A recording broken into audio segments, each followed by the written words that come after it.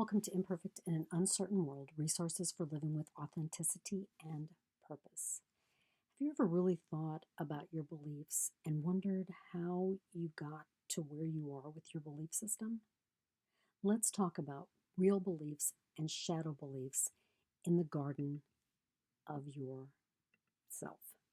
The garden of you, because that's what it is.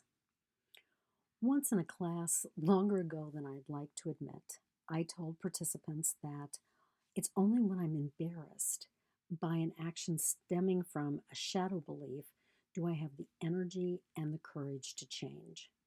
And I have to tell you that the response from the class was a tittering of unease.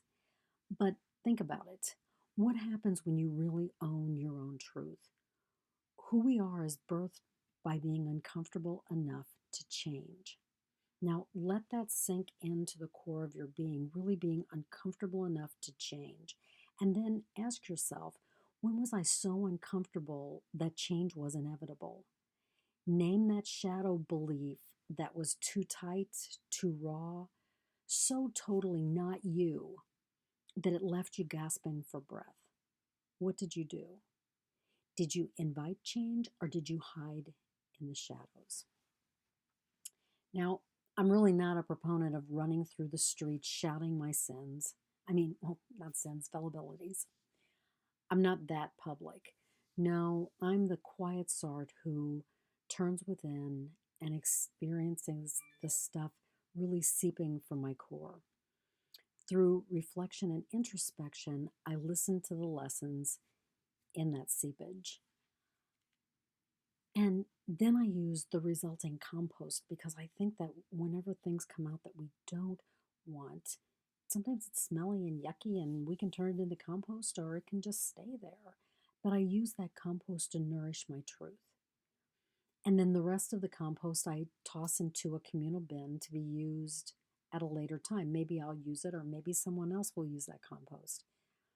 And that's what's been the benefit of the past 4 years. And I'm all about the reframe. It's the number of opportunities that I have had to really dig into the ground of me, to pull up those invasive shadow beliefs, and to plant the seeds of who I am. I hope that you've had the opportunity to do the same. Now, what have I discovered in this process? The work is not in the harvest, but in the nurturing of the seed beliefs. So in this moment, I ask you, what invasive beliefs are you ready to pull out? And what do you truly believe in? Within those answers really is found the stuff, the compost, and the seeds to grow the garden of you. So I want to thank you for listening to this. If you like it, give it a thumbs up. Share it with your friends.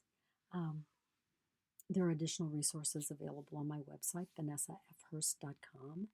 If you'd like to schedule a mentoring session or two to really dig into those belief systems and learn how you can intuitively begin to listen to your own truth so that you can respond to the world in a beautiful way. But no matter what you do, pay attention to what your beliefs are saying to you and live imperfectly in this uncertain world. Thank you and have a terrific day.